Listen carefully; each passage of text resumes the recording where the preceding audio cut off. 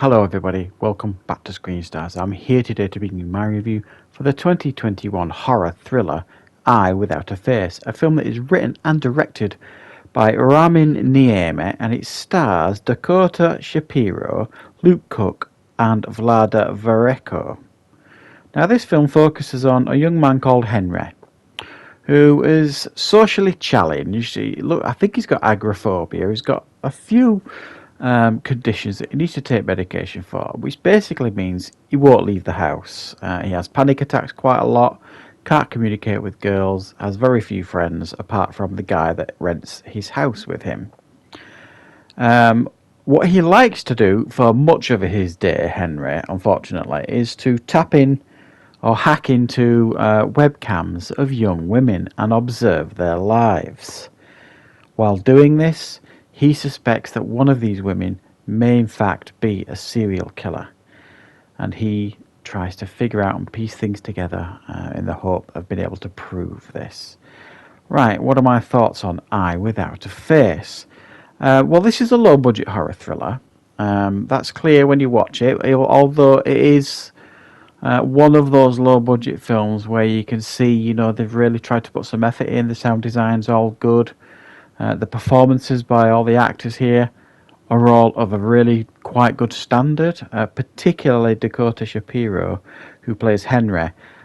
He plays the role with quite a few layers, actually. He's obviously very socially challenged. He's got a lot of things going on. Like I say, he has the panic attacks and all the rest of it. And you can see he's a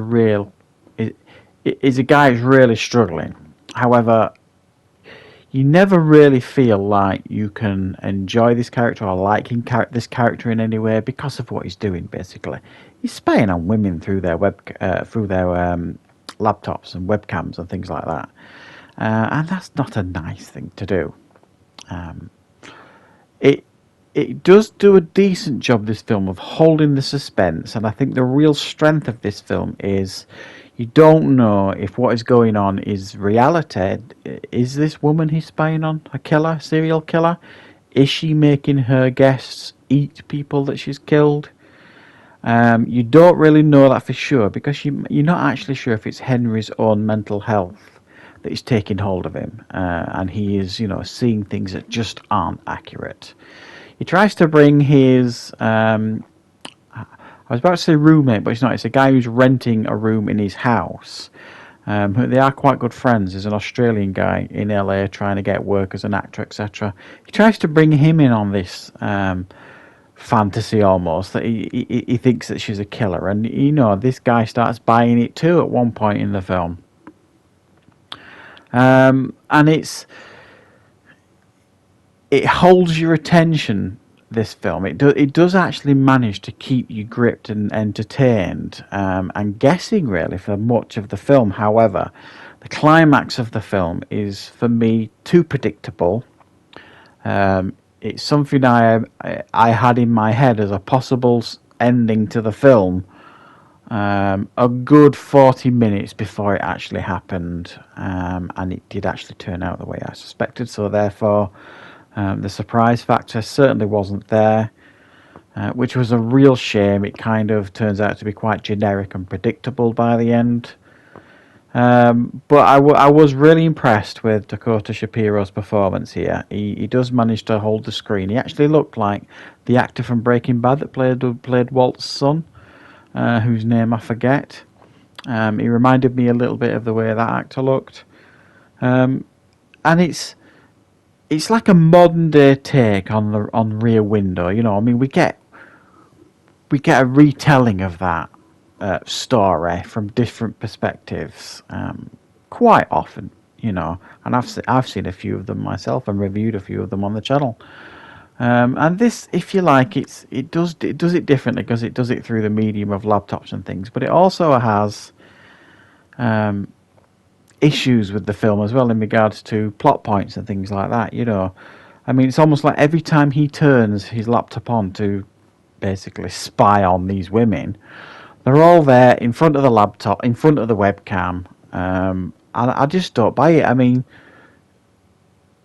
If not everyone has like a PC with like a camera on top of it, that And what if their PC's not turned on? Surely you can't watch someone when the PC's turned off. I don't know. Some of you guys may be more technical than me and say, actually, no, you can do that. And what if, like me, I have a laptop? When I finish my laptop, I close it. So, you know, you can't. So every time he turns on the laptop, basically, they're all there, always there in front of the camera, just for him doing all these, you know, everyday things for him to spy on, really.